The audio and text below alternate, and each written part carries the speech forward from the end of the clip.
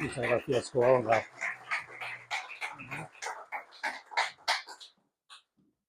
¿Se oye? Sí, funciona esto. Y si se pone al lado del micrófono, se oye mejor. Es lo que intentaba evitar. Es que prefiero estar de pie. Porque aparte de todas esas cosas que ha leído Covadonga, soy muy viejo, tengo la columna fatal y cuando me siento me duele bastante. Pero si no se oye, avisarme y me siento, tampoco pasa nada. ¿No se oye? Nada, nada. Yo creo que para cualquier voluntariado, llamémoslo así, que pretenda defender valores morales de la tradición humanista cristiana en la sociedad actual, es muy importante tener un buen diagnóstico de qué pasa hoy en el mundo. Es como un médico que para hacer una buena operación quirúrgica tiene que contar previamente con un buen diagnóstico del paciente, porque si no, por buen cirujano que sea, lo puede estropear profundamente. Entonces necesitamos hacer un buen diagnóstico de qué le pasa a la gente a la que queremos ayudar. Y debo decir que a veces en el mundo intelectual cristiano no veo que exista ese diagnóstico. Por eso a veces la forma de hablar de los obispos, de las conferencias episcopales, no tiene eco alguno. Y es lógico que no lo tenga. Porque no están hablando a las cabezas de quienes les escuchan, sino a las cabezas de unos teóricos ciudadanos. Es como los padres o los abuelos cuando intentamos educar a la gente que queremos, no les decimos lo mismo ni en el mismo tono ni con las mismas palabras a todos, porque son distintos. Mis hijos son distintos. Dentro de un elemento común que da la tradición familiar, pero son distintos. Cuando no hay ese elemento común, la gente es mucho más variada, ¿no? Recuerdo una vez que leí una historia de la iglesia en Japón y me impresionó el dato del problema con el que se encontraron los primeros jesuitas que llegaron a Japón en el siglo XVI o XVII, no me acuerdo, ¿no?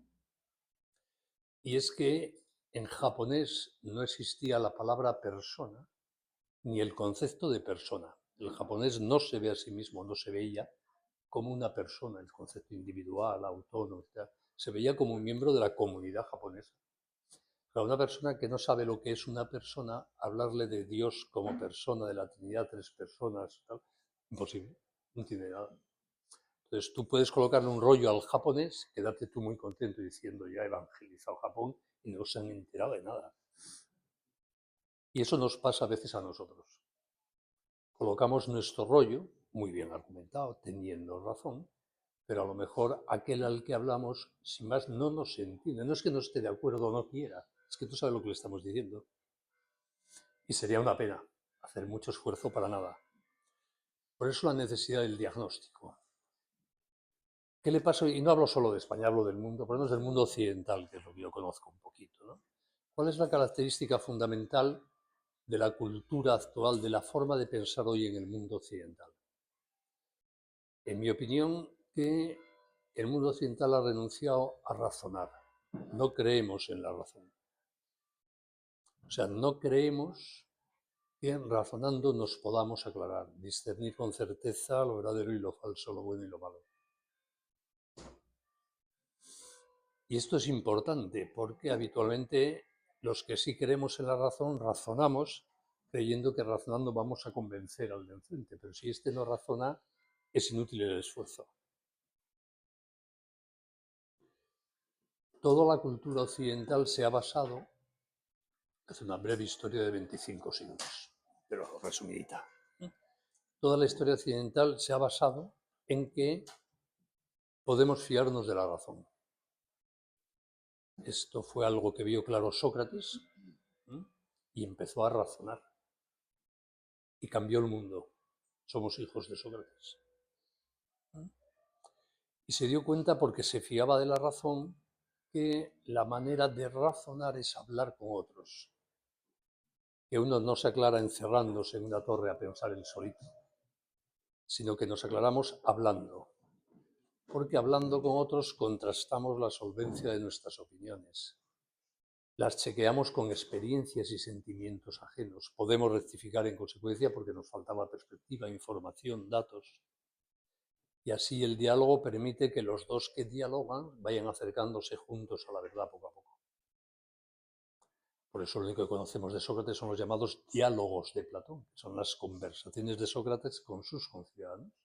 Sócrates salía a las calles de Atenas y hablaba con los atenienses, que tampoco eran unas lumbreras especiales, estamos hablando del siglo V antes de Cristo, de las cosas que sí importan en la vida. Hablaba de Dios, y hablaba de la justicia y de cómo hacer una sociedad mejor y de la virtud, de cómo ser nosotros mejores, cómo ser buenos.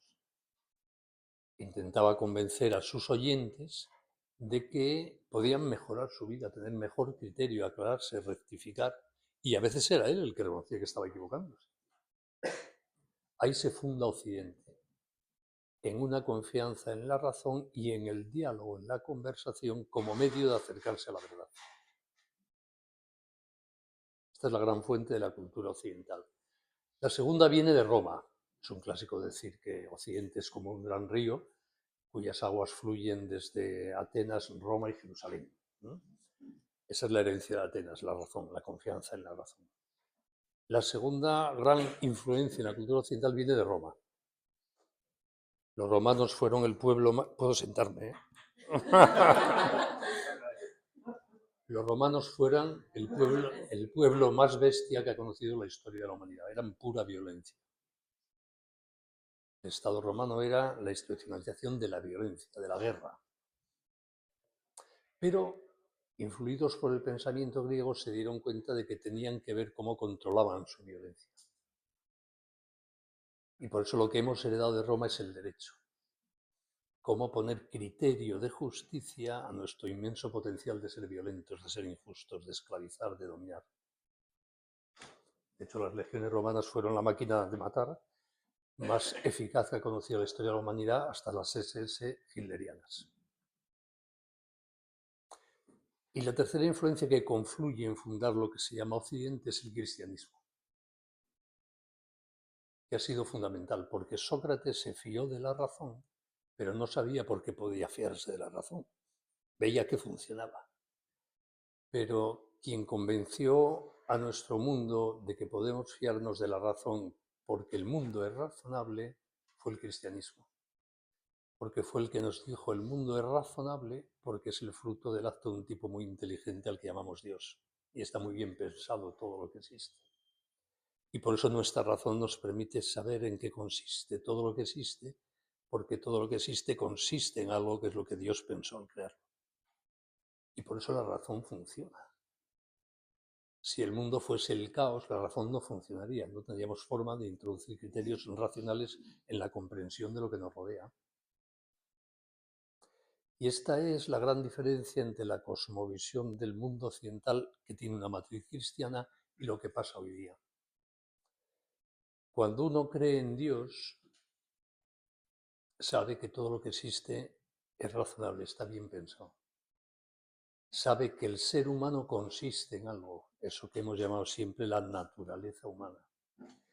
Y a la vez sabe que nosotros, por ser racionales, podemos conocer con certeza en qué consiste ser un ser humano, qué es la naturaleza humana. Podemos saber objetivamente, aunque siempre con zonas de incertidumbre, qué nos hace buenos, porque sabemos en qué consiste ser un buen ser humano, una buena persona. Y como podemos discernir con certeza qué nos hace buenos, podemos, si queremos, poner nuestra libertad al servicio de eso que hemos identificado como bueno, como valioso. Por lo tanto, sabemos que el bien y el mal no son apreciaciones subjetivas, son datos objetivos de la realidad de las cosas que podemos conocer, repito, con razonable certeza. Eso nos pasa con los debates sobre el aborto. Nosotros damos por supuesto que, sabiendo que es un ser humano, lo que hay que hacer es respetarle. Porque damos por supuesto que todo lo que existe es bueno porque ha sido querido por el Dios que lo creó. Por tanto, nos parece evidente que si estamos ante un ser humano, como es bueno, habrá que respetarlo. Tenga la edad que tenga, el grado de eso que tenga, es dato evidente. Pero para eso hay que fiarse de la razón. ¿Qué pasó a partir de lo que llamamos la Ilustración, el siglo XVIII? Que empezamos a desconfiar colectivamente de la razón. Descartes dudó de que con la razón pudiésemos conocer con certeza nada. Era una duda teóricamente metodológica, una forma de afrontar la realidad, pero su gran error lo estamos pagando hoy, porque en el fondo lo que vino a decir Descartes es: yo solo tengo certeza de aquello que yo subjetivamente admito como fuente de certeza. Y por lo tanto, la fe en la razón, en la razonabilidad de las cosas, se convirtió en la fe de mis convicciones subjetivas. Y luego Kant afirmó rotundamente, y es el gran padre del pensamiento contemporáneo, que nosotros con nuestra razón no podemos conocer con certeza la realidad de las cosas. Solo conocemos la apariencia fenoménica de lo que existe. Y somos nosotros mismos los que construimos con nuestras categorías mentales la realidad. Y ese es el mundo moderno, un mundo que ya no se fía de la razón. Un mundo que busca la certeza en la interioridad subjetiva de cada uno, en sus apreciaciones, en sus sentimientos, en sus emociones, en sus convicciones, en lo que aprecia subjetivamente como fuente de felicidad, no en el bien objetivo, no en la realidad objetiva. Y este es el mundo en el que estamos. Vivimos rodeados de gente que, a pesar de las apariencias, no razona, porque a priori ha pensado que no merece la pena razonar porque no llegamos a ningún sitio. Y por eso cuando nosotros vamos con nuestra razón no nos entienden. Les parecemos fundamentalistas, arbitrarios, gente que quiere imponer su subjetividad a la subjetividad de los demás, porque creen que solo hay subjetividades. Y por eso en el mundo moderno no se dialoga, por ejemplo, en la política. Porque para dialogar hay que creer que se puede llegar razonando a una verdad. Porque existe, será difícil llegar a ella, pero existe. Como existe, merece la pena intentar aproximarnos. Pero si tú crees que la verdad no existe y que no podemos llegar a ella, el diálogo es una estupidez, una pérdida de tiempo. Y por eso acabamos los debates diciendo: bueno, pues si tú lo ves así, no lo hagas, y si yo lo veo así, ya lo haré. Así acaban los debates sobre el aborto en los parlamentos, en el fondo. El que no quiera, que no lo haga, pero como si no hubiese un criterio objetivable. Pero porque se da por supuesto que ese criterio no existe, no puede existir. Entonces estamos en una deriva colectiva hacia el subjetivismo más total, y el territorio tradicional de la verdad lo está sustituyendo la emoción, el sentimiento. Y la emoción y el sentimiento, como es obvio, son cambiantes, continuamente. No hay nada estable, no hay nada seguro. Este es nuestro mundo. Y además con otro agravante más que conviene tener en cuenta.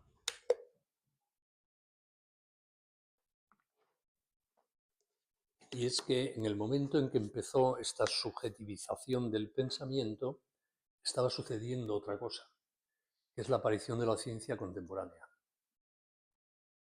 Desde el siglo XVI, en paralelo a Kant, a Descartes, etc., están Galileo, Newton, aparece la ciencia contemporánea, que adquiere un inmenso prestigio de forma justificada porque gracias a la ciencia hemos mejorado nuestra vida.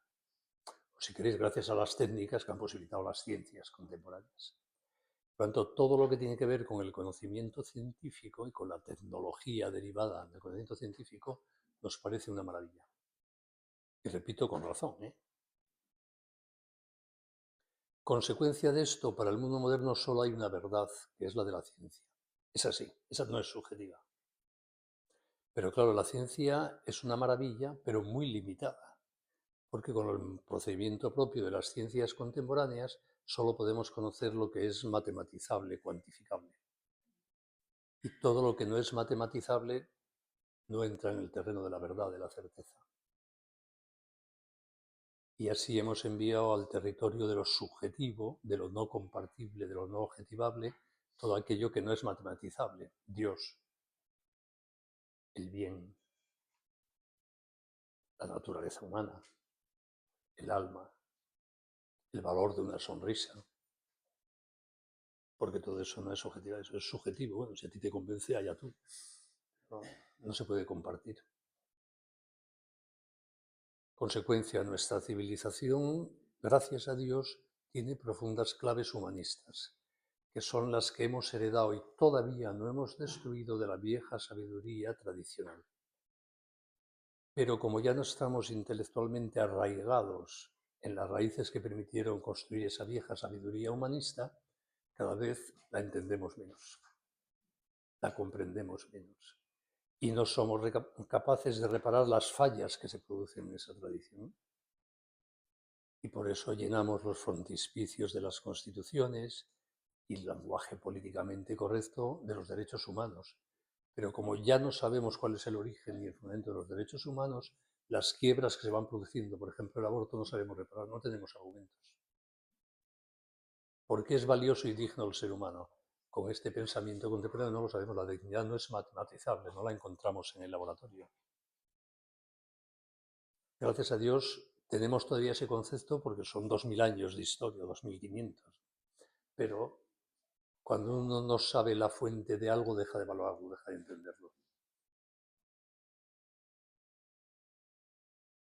Este es nuestro mundo, por eso tenemos un problema muy serio, claro. Y por eso cada vez compartimos menos una cultura común. Todavía cuando en el siglo XVIII y XIX avanzaba la ciencia contemporánea y las revoluciones ilustradas e modernas, en casi todo el mundo seguía pensando en clave de la tradición cristiana. Y seguía comportándose en clave de la tradición cristiana, aunque todos los discursos teóricos fuesen contra ella. Pero poco a poco, como es lógico, el desarraigo de la vieja tradición humanista cristiana es mayor y la influencia del presente contemporáneo es mayor. Y ahora estamos en un punto en que ya no compartimos casi nada. Ni siquiera la evidencia de la fuerza normativa de la realidad. Porque hay que respetar la vida humana porque existe, porque es un bien. Pero para eso hay que entender que existe, que es un dato objetivo, no discutible. ¿Por qué valorábamos el matrimonio y la familia? Porque sabíamos que existían hombres y mujeres. Hoy día ya no. La ideología de género incluso lo niega expresamente y no pasa nada. Claro, no podemos valorar el matrimonio, es obvio. Así piensa la inmensa mayoría de la gente que nos rodea. No estoy hablando de unos locos de la Universidad de Berkeley. No, no. Hablo de tu vecino, de tu nieta, de tu hijo. De aquellos con los que hablas, con los que interactúas, a los que quieres ayudar porque los quieres. Y si no entendemos qué tienen en la cabeza, no les podremos ayudar. Al revés, provocaremos rechazo. ¿Qué pasa cuando sale un señor vestido de blanco que vive en Roma y dice que son sicarios los que abortan? Que la gente lo ve con rechazo. Porque esa es su opinión y quiere imponerla a todo el mundo, no se sabe por qué. Claro, es un enemigo de la libertad. O cuando vienen los católicos rarísimos a decir que el matrimonio es una cosa solo entre hombre y mujer. Una manía particular de los cristianos que quieren imponernos a todos para fastidiarnos la vida. No sé qué manía tienen con este tema. Y ya si hablamos de moral sexual no os digo nada. Entonces nuestro mensaje no llega, porque no estamos hablando al hombre moderno de hoy. Repito, cuando digo hombre moderno hablo de teorías, hablo de tu hijo, de tu hija. Y por lo tanto nuestro mensaje no les llega. Estamos hablando a japoneses en suajili y no entienden nada. Y luego nos quejamos de que no nos hagan caso. Por lo tanto, tenemos que entender bien cómo piensa la gente de hoy día para intentar llegar a ella. Cuando una persona piensa, la mejor manera de llegar a su interior es la palabra. Yo sé que vosotros ahora estáis encantados con lo que digo, porque como pensáis como yo os parece estupendo. Así, claro, cualquiera, claro, no tiene ningún mérito. El problema es si estuviese hablando con 25 universitarios y universitarias medias de Madrid. No entenderían ni chufa de lo que digo. Y es importante, porque a cada uno tienes que hablarle para que entienda. Y no es que digamos cosas distintas, pero a lo mejor hay que explicarlo de otra manera. Como cuando intentas explicar algo a tu hijo de 6 años, no puedes usar el mismo lenguaje que si hablas con un adulto de tu edad. Obviamente. Y no es que a uno engañes o le mientas, ¿no? Es que lo mismo hay que decirlo de manera distinta para que te entienda aquel que te escuche. Pues cuando hablas con alguien que razona, lo mejor es razonar. La palabra es el instrumento más poderoso que tiene el ser humano para entrar en el interior de una persona. Porque cada vez que uno habla, entra físicamente en el interior del corazón y la cabeza de aquel que le escucha. Yo estoy haciéndolo ahora con vosotros. Soy muy consciente, además. Eso es un poder inmenso. Meterme en vuestra cabeza y corazón con poder de manipular lo que hay ahí. Manipular el mejor sentido de la palabra, ¿no? Reformatear, reforzar. Y es muy fácil, en consecuencia, transformar a las personas cuando piensan. No es que sea automático, inmediato, pero te has metido en su interior y cuando tienes un poder ahí de tocar lo que hay inmenso. Y por eso donde más eficaz es la palabra es en la relación interpersonal, no grupal. Cuando miras a alguien a los ojos, alguien que te interesa y que tú le interesas a él, ahí sí hay capacidad de transformar.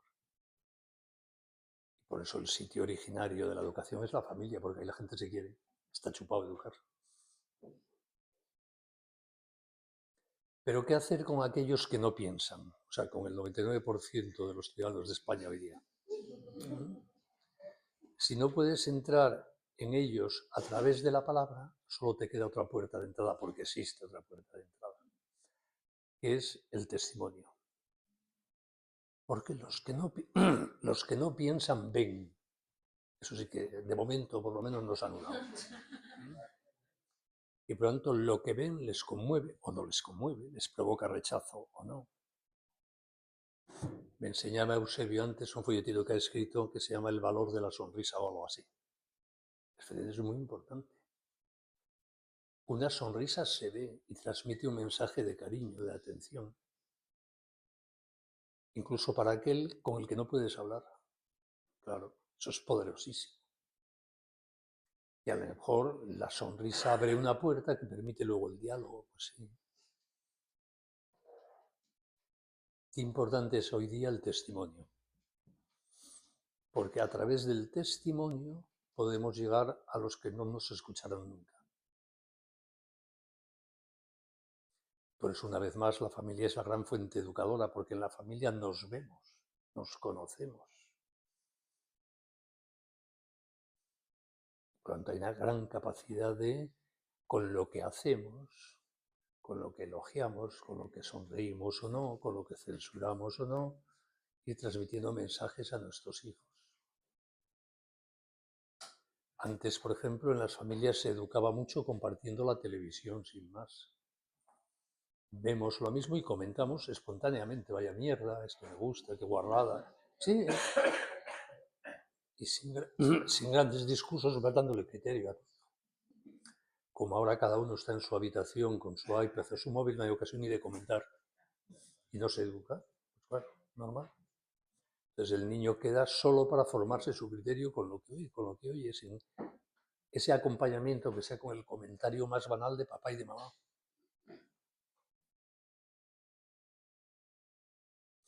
En consecuencia, la mayor parte de la gente de hoy día, un chavalillo normal de la calle, no sabe que el bien y el mal existen.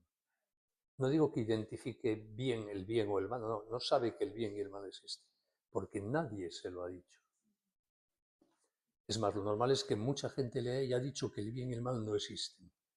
Eso era un rollo de los curas de la Edad Media para fastidiar la vida a la gente. ¿Qué le sucede a un niño que no sabe que el bien y el mal existen? Pues que está en un estado prehumano, porque no es capaz de plantearse un ideal para su libertad. No tiene criterio. Ser bueno no es no hacer cosas malas. Ser bueno es identificar lo bueno como bueno y querer hacerlo bueno, por lo menos intentarlo. Tener un criterio para saber qué tengo que hacer con mi libertad. Porque el que entiende este sentido de la libertad, si hace el bien, estupendo, y si hace el mal, por lo menos sabe que ha metido la pata y que cuando se mete la pata lo mejor es sacarla. Pero para poder saber que has metido la pata tienes que saber qué es bueno y qué es malo, si no, no hay manera.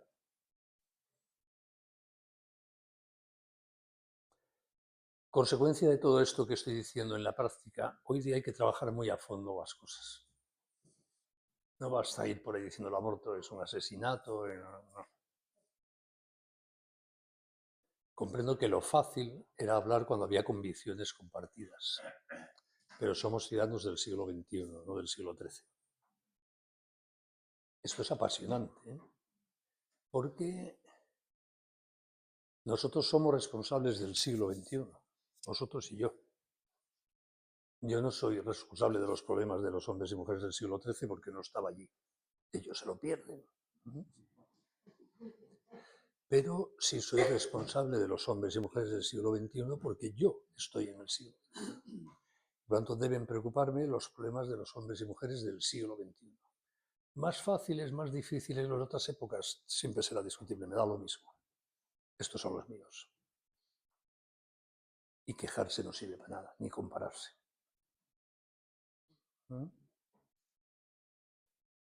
Y hoy, como no basta lo fácil como forma de hacer el bien, hay que prepararse para hacer lo que es más complicado. ¿Qué le vamos a hacer? Es lo que toca.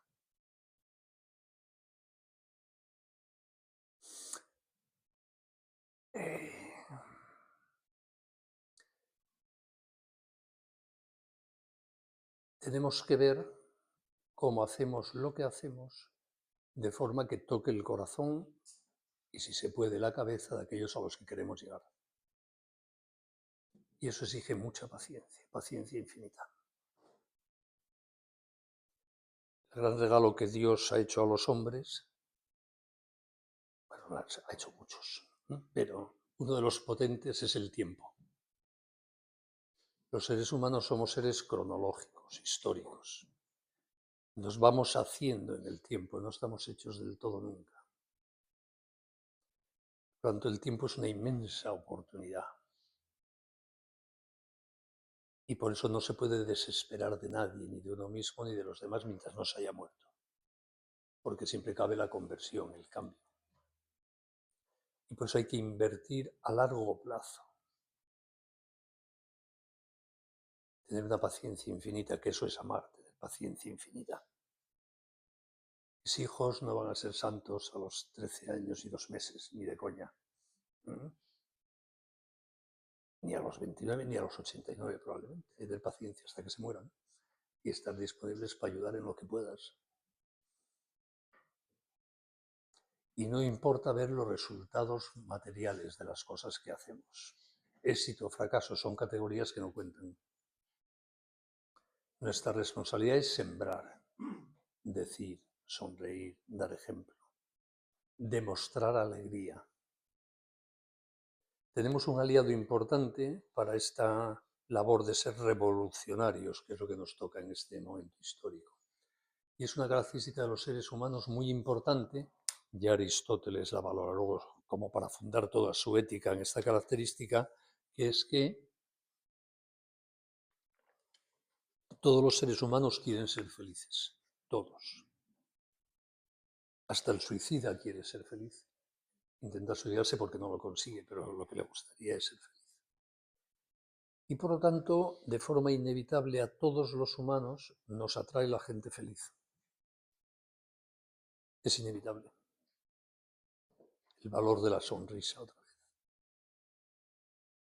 Porque cuando alguien sonríe demuestra que está siendo feliz y todo el mundo dice yo quiero ser como ese. Es la reacción normal. ¿Cómo podemos hacer que la gente que no nos entiende, que no nos puede entender, se interese por nuestra forma de pensar y vivir si nos ve felices? Porque eso es atractivo. Obviamente, si vas sonriendo por la calle no es que la gente se tire de rodillas delante de ti. Claro, para decirte quiero ser como tú, no. Es un proceso de lluvia fina, ¿no? Pero funciona. Una vez más, así se educa en la familia.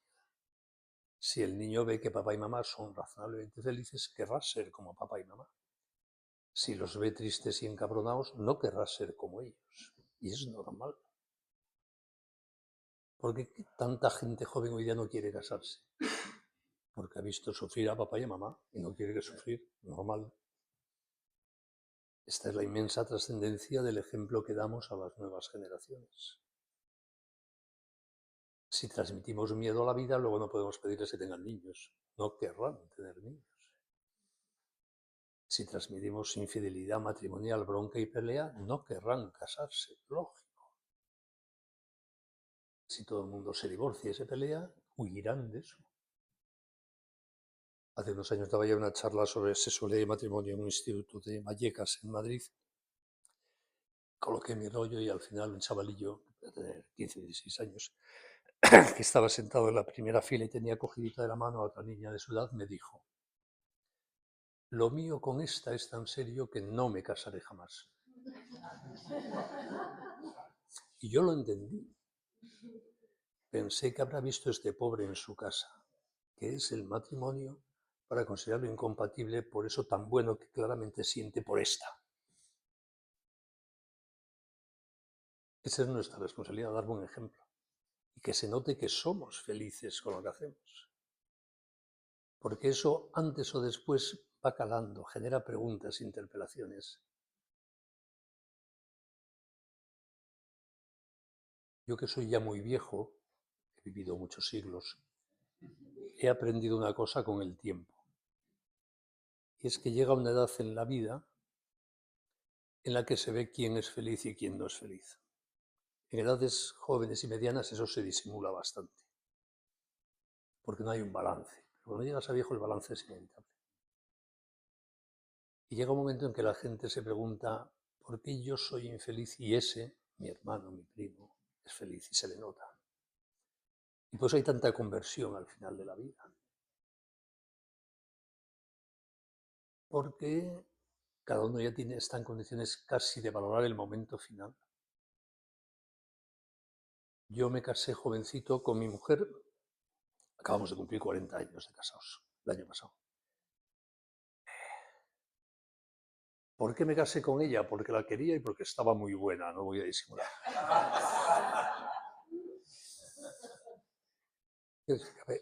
A veces en las decisiones que tomamos tampoco son una pureza ética y moral absoluta. También, pero bueno.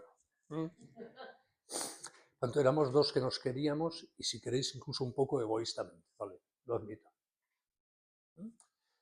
Pero luego empezaron a nacer niños, que es lo que suele pasar. Y a los niños los quieres. Y ellos te quieren a ti, por lo menos hasta la adolescencia. Y luego vuelven a querer, porque la adolescencia pasa. Y luego mis hijos, yo solo tengo hijos varones, mis hijos ligaron y se casaron, y aparecen las nueras. Claro. Y mis nueras me quieren también. Son muy majas todas, mejores que mis hijos.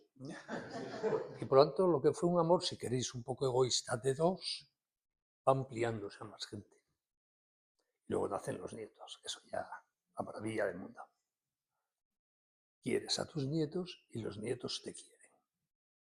Y cuando te dicen te conmueves. Por lo tanto, cuando has invertido en amor, sin hacer nada especial, ¿qué recoges? Una urdimbre de amor alrededor tuyo. Eso es la felicidad. Y lo mismo pasa con Dios. Si trabas amistad con Dios, vas distinguiendo el cariño y la relación personal con Dios Padre, con Dios Hijo y con Dios Espíritu Santo. La relación con uno se convierte en tres. Y luego vas queriendo y tratando a los amigos de Dios, a la Virgen, a San José, al santo que te caiga bien. Te va convirtiendo también en una urdimbre sobrenatural de amor. Eso es la felicidad. Y eso se nota. En cambio, quien, porque no ha querido, no ha podido, no ha sabido, no ha invertido en amor, llega viejo solo y es consciente de que ha fracasado. Y en ese momento mucha gente mira y dice: tengo que ser como este, joder, que es feliz. Y se le nota. Bien, pues si no ha muerto, perfecto, que se convierta, no pasa nada. Pero hay que estar ahí, siendo felices y que se note. Por eso es tan importante que lo que llevamos en el corazón se sepa, siempre que sea presentable lo que llevamos en el corazón, claro. que si rezas, se sepa con naturalidad que rezas. También en el Parlamento y en la política y en la empresa y en todos lados. La gente tiene que saber qué llevas en el corazón y qué haces, que no pasa nada. Y si te hace ilusión volver a tu casa para estar con tu mujer y con tus hijos, tus amigos deben saberlo. Igual que saben, si eres del Real Madrid, que estás pendiente de que esa noche hay partido del Real Madrid, pues claro. Entonces, si vamos mostrando lo que llevamos en el corazón y lo que llevamos en el corazón es una fuente de felicidad y nuestra felicidad se nota, iremos ayudando a que la gente quiera ser como nosotros. En consecuencia, el proceso de ayuda para la conversión no empieza por la palabra en el mundo moderno, sino que empieza por el ejemplo, por dar cariño a la gente, por exhibir lo que llevamos en el corazón. Luego habrá una minoría con la que puedes hablar, por supuesto, ¿no? Eso es un chollo hacerlo, ¿no?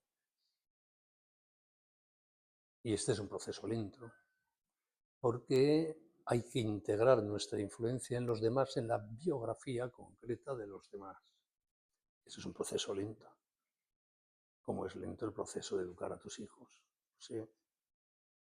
Es de mucha paciencia, pero hay que hacerlo. Hay una frase del Papa Francisco que a mí me encanta, que la dijo además muchas veces y la escribió en una de sus encíclicas, que es la siguiente, hablando de la responsabilidad apostólica de los cristianos. Decía, no se trata tanto de ocupar espacios de poder, que a veces nos tienta a todos, el controlar, mandar, aquí se hace, aquí no se hace, lo que yo digo, lo que dejo de decir. No se trata de conquistar espacios de poder, decía Francisco, sino de generar dinámicas en el tiempo, cuyos frutos, decía, probablemente no veremos nunca ni sabremos cuáles son, pero da lo mismo.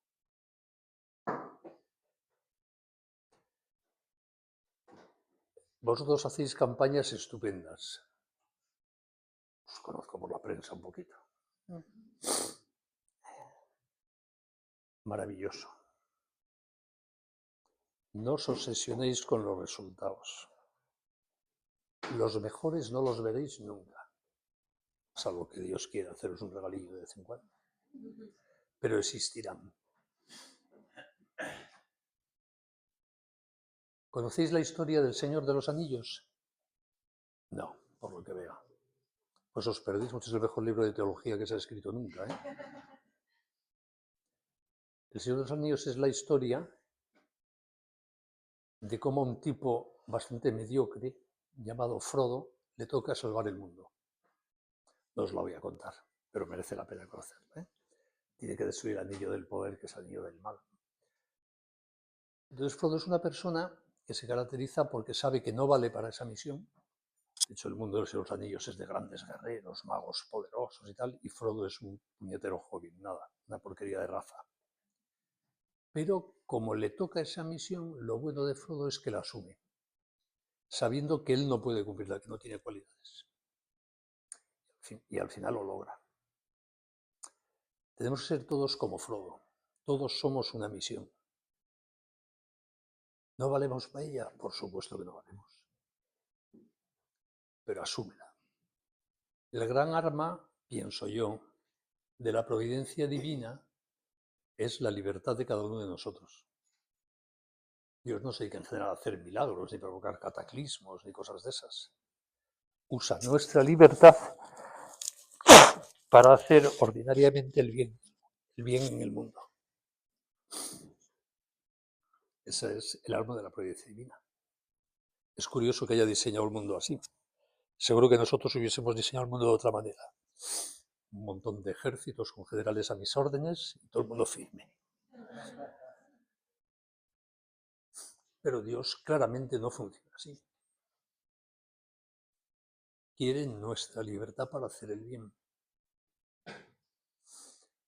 Y por eso nuestra vida es una misión. Mi misión se llama Loli, que es mi mujer, mis hijos, y mis nietos, y mis amigos, y mis vecinos, y mis compañeros de trabajo.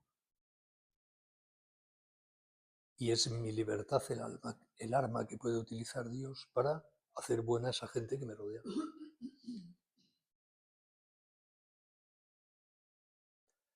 ¿Qué misión más importante?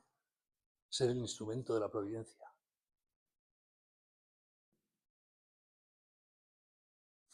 y cómo nos cuesta reconocerlo. Una de las cosas que, según mi experiencia de viejo, más les cuesta a los cristianos es tomarse en serio que Dios les quiere. O sea, que Dios está enamorado de mí. Dice, José, yo soy una mierda. Pues sí. Cambiaríamos el mundo si nos tomásemos eso en serio, de verdad. A veces echamos la culpa a los políticos, a los malos, no sé qué, y hacemos muy bien, pero tenemos su responsabilidad. Pero a lo mejor nosotros somos los grandes responsables de lo que pasa en el mundo. Porque no nos tomamos en serio, me estoy quedando sin voz, no nos tomamos en serio el amor de Dios por cada uno de nosotros y en consecuencia que tenemos un poder inmenso, revolucionario. Ya está bien de quejarse de todo, de denigrar a los políticos, y a los curas, y a los médicos, y a Soros y tal. Por favor, ponte a hacer el bien que está en tus manos. Deja de clasificar a la gente en buenos y malos. Sí. Dejemos de hablar de buenos y malos. De tachar a unos, este no, porque es maricón, porque es abortista, porque es de Podemos, porque lleva coleta. ¿Y qué? ¿Y qué? Dios quiere que todos los hombres se salven, todos. Y tú eres el instrumento para ello, para todos, ¿eh? No solo para los buenecitos que te caen bien, para los de derechas que van a misa, no, para todos. ¿Quién eres tú para cerrar la puerta a nadie? ¿Por qué no empezamos a acostumbrarnos a intentar ver a los demás como los ve Dios? Dios ve a todo el mundo como un hijo suyo al que quiere. A Pablo Iglesias también. Sí, sí. Y en Pablo Iglesias hay algo bueno, como en todo el mundo. Y nosotros muchas veces solo vemos lo malo. Que así nos ayuda a la gente.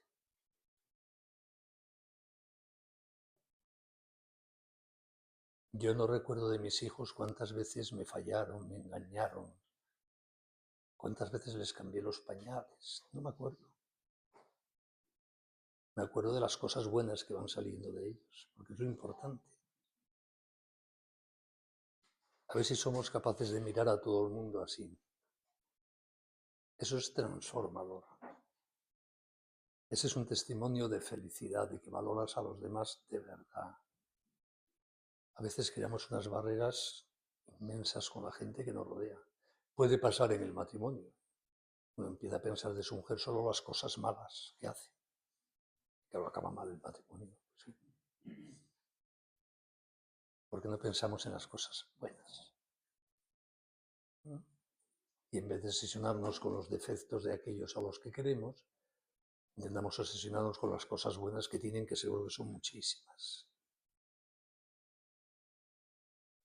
Creo que tenéis una gran labor que hacer, pero que pasa muchas veces por ver cómo nos enfrentamos, cómo confrontamos, no en el sentido de dialéctica bélica, sino de interrelación con la gente, los ambientes, las cosas que nos rodean.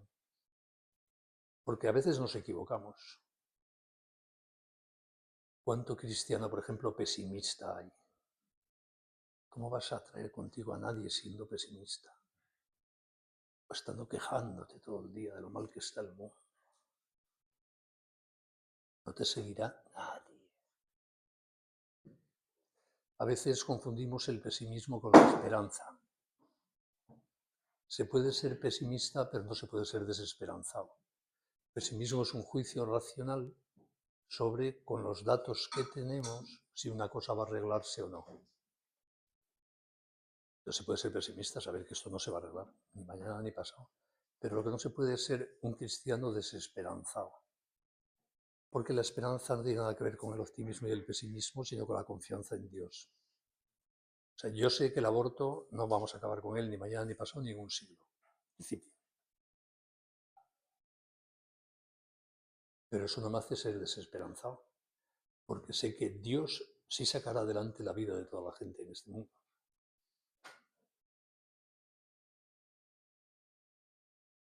el gran señor de la historia no soy yo, es Dios. Y Dios tiene un poder inmenso, del que a veces no somos conscientes o no nos lo tomamos en serio. Es que Dios puede sacar del mal bien. Nosotros no, pero Dios sí. Y Santo Tomás de Aquino, que era un tipo muy listo, afirma que siempre lo hace además, que siempre saca bien del mal. Cuando todo lo que llamamos mal va a tener frutos buenos. Todo lo que nos desespera va a generar felicidad. Todo lo que nos asusta va a generar alegría. Así ve Dios el mundo, ¿eh? Y nosotros deberíamos intentar verlo como Él un poquito, si se puede. No hay razones para la desesperanza nunca, porque Dios existe. Porque Dios es el Señor de la historia. Porque Dios genera en todas las generaciones aliados suyos que con su libertad ayuden a que esta historia acabe bien. En El Señor de los Anillos, esa novela que no queréis leer vosotros, hay una escena que a mí siempre me ha impresionado. El final es que dos pobres hobbits, los hobbits son una raza de chicos que no llegan a 1 metro, pequeñitos, tontorroles, bueno, que son los que salvan el mundo, ¿no? Están a punto de entrar en Mordor, que es la casa del mal, porque es allí donde hay que destruir el anillo. Y saben que no tienen, repito, ninguna posibilidad de triunfar. Y hay una conversación entre los dos, entre Frodo y Sam, la noche antes de entrar. Sam le pregunta a Frodo, Frodo es el que lleva el anillo para destruirlo. Le dice, Señor, las grandes historias no acaban nunca. En el fondo está diciendo, esta no acabará de una vez ya. Y Frodo le contesta, no, Sam, las grandes historias no acaban nunca. Los personajes entramos en ellas, hacemos nuestro papel y la historia continúa. Eso es la vida. Nosotros estamos en el capítulo X de la historia de la salvación. Un capítulo más o menos jodido, pues sí, es posible. Pero se espera que hagamos nuestro papel en este capítulo. Y si lo hacemos, la historia continúa y acabará bien. Y si no lo hacemos, la historia continuará y acabará igualmente bien, pero a lo mejor hay que añadir un tomo más. Para que alguien haga lo que nosotros hemos dejado de hacer. No eres el responsable de la historia, no eres el autor del libro, pero haz tu papel. No te desesperes por las circunstancias de tu capítulo, por negativa que sean, porque es solo un capitulito, que la historia acaba bien. De hecho, al final, y es la última cita que hago del Señor de los Anillos, Frodo, el portador del anillo, el encargado de salvar el mundo, cuando llega el momento de destruir el anillo, que tiene que tirarlo al fuego donde se creó, traiciona la misión y se lo pone, que es entregarse al mal. Más lo dice, es una escena impresionante, también en la película está muy conseguida. Dice, he llegado al final, pero no lo voy a hacer, porque el anillo le está tentando desde siempre. Entonces cuando se pone, se convierte en un malo. Pero en ese momento aparece el super malo de la película, que es Gollum, se lanza sobre él para robarle el anillo, le muerde el dedo del anillo, y es el malo, Gollum, el que destruye el anillo porque cae con el anillo y el dedo en la boca al fuego. Tolkien, el autor, es cristiano y se notan estas cosas. Cuando se ha destruido el anillo, desaparece el mal del mundo y quedan los buenos. Entonces se reúnen todos los pueblos de la tierra y le hacen un homenaje a Frodo. Que a partir de ese momento se llama Frodo 9 dedos porque le falta un dedo. Y un lector de la primera edición del Señor de los Anillos le escribió a Tolkien quejándose. Tolkien contestaba siempre las cartas de los lectores. Tenemos miles de cartas suyas, gracias a Dios.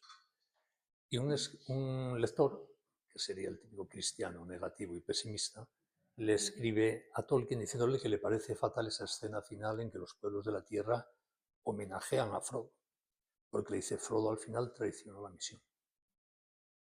Y Tolkien le contesta, está usted equivocado. Frodo merece todavía 10 minutos, qué maravilla. Frodo merece todo el homenaje, dice Tolkien, porque Frodo hizo todo lo que pudo. Y dice Tolkien, Frodo no es responsable de que sus fuerzas no llegasen para destruir a Lo que se espera de Frodo, como de cualquier protagonista de historia, es que haga lo que puede. Y añade Tolkien, aunque Frodo no tuviese fuerzas para destruir el anillo, para arreglar eso estoy yo, que soy el autor.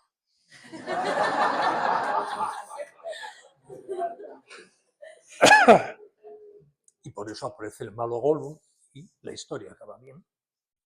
Pues así nos pasa a nosotros. ¿Tendremos fuerzas o no para evitar un aborto? Yo qué sé. Haz lo que puedas. Y fíjate del autor de la historia. Y también de esto se deriva otra lección importante. A veces decimos, este es de los malos. Los malos pueden tener un papel en el bien también, aunque tú no lo sepas. En el comienzo de la historia del Señor de los Anillos hay un momento que Frodo dice que había que haber matado a Gollum hace mucho tiempo. Y le contesta Gandalf, que es el gran sabio, ¿puedes dar la vida? No, cuanto no des la muerte. Y añade, creo que esta criatura Gollum todavía tiene un papel que cumplir. Y es verdad. A veces tratamos tan mal a los malos que les dificultamos el papel bueno que seguro que también tienen que hacer en la vida. Así las cosas se ven de otra manera de como suelen verse, ¿verdad? Pues lo que me gustaría transmitiros, perdóname, que como veis estoy cada vez peor, es que, en mi opinión, esta es la visión cristiana de las cosas y tiene que notarse. Los demás, incluso los Gollum que nos rodean, tienen que ver que los miramos con cariño.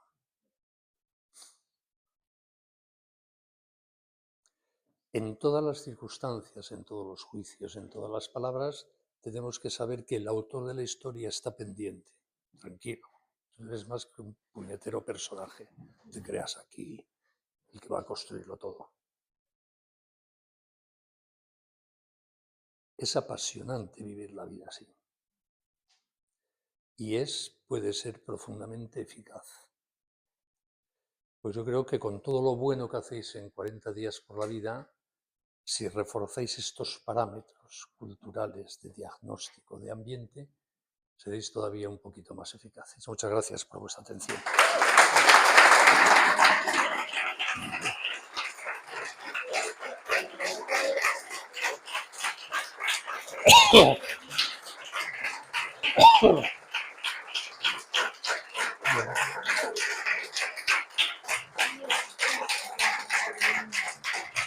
¿Qué me regalas? Muchas gracias. Estupendo. Muchas gracias, Teresa. Bueno, pues ya está. ¿Alguna pregunta? Como en los conciertos, una más. Estoy ya que no contengo ni la voz, ni la mucosidad, ni nada. O sea que se acabó por hoy. Gracias por todo. ¡Ánimo!